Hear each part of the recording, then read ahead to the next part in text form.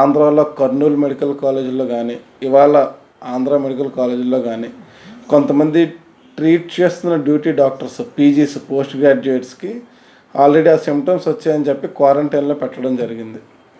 So ఇంట్లో ఉన్న ప్రతి ఒక్కరు భయపడుతూ బయటికి రావడానికి భయపడితే అక్కడే ట్రీట్ చేస్తూ సరిగ్గా ఏమన్నా మనకు కూడా వస్తుందని తెలిసినా కూడా మేము అందరం అక్కడికి వెళ్ళి వర్క్ చేస్తున్నాం.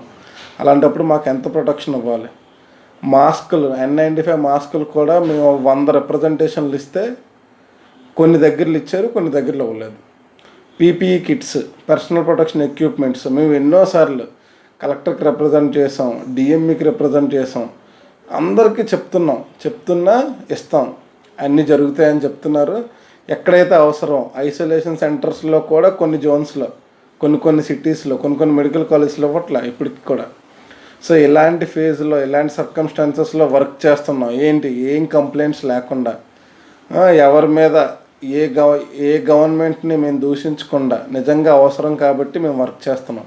ఇలా వర్క్ చేస్తున్నా కూడా స్టిల్ జనాలు మా మీద చూస్తున్న డాక్టర్స్ మీద కానీ, లేకపోతే అక్కడ ఉండే పీజీల మీద కానీ రివర్స్ అయితే, గవర్నమెంట్ స్ట్రిక్ట్ యాక్షన్స్ తీసుకోకపోతే, ఇలాంటి ఇన్సిడెంట్ ఇంకోసారి కనుక ఎక్కడైనా రిపీట్ అయితే మేమందరం మళ్ళీ యునైట్ అయ్యి దీని మీద తీవ్రమైన డెసిషన్ తీసుకోవాల్సి వస్తుంది. దానికి రెస్పాన్సిబిలిటీ మాత్రం అప్పుడు మాది కాదు. అన్ని సెంటర్స్లోని మాకు ఇవ్వాల్సిన ఎక్విప్మెంట్స్ కానీ, ఈ గ్లౌస్ కానీ, మాస్కులు కానీ, ఇవే కదా మేము బేసిక్సే కదా అడుగుతున్నాం.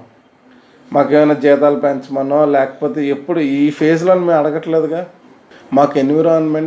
మాకు వర్కింగ్ ఎన్విరాన్మెంట్ కనుక లేకపోతే మేము అక్కడ డ్యూటీలు చేయలేం. డ్యూటీ డాక్టర్స్కి కనీసం అక్కడ రూమ్లు ఉండడానికి, ఫుడ్ ఉండట్లే. ఇవన్నీ అయినా సరే, రూములు లేవు, ఓకే, మన ఎమర్జెన్సీ చేస్తున్నాం. ఫుడ్ లేదు, ఓకే, ఎమర్జెన్సీ చేస్తున్నాం. ఎక్కడి నుంచో ఎవరి దగ్గరున్న ఇంట్లో నుంచి కుక్ చేయించుకొని తెచ్చుకొని తింటున్నాం. సో ఇవన్నీ కూడా మేము గవర్నమెంట్ని వేలెత్తి చూపించట్లే. బట్ మా వరకు హార్మ్ రాకూడదు. ఎందుకంటే మేము డైరెక్ట్ దాని తర్వాత రెగ్యులర్ ఓపీస్ చూస్తున్నాం. మా వల్ల జనాలకి, నార్మల్ జనాలకి, ఆ పేషెంట్లకి అందరికీ ఇబ్బంది అవుతుంది. సో జనాలను దృష్టిలో పెట్టుకొని మమ్మల్ని కూడా కాపాడండి.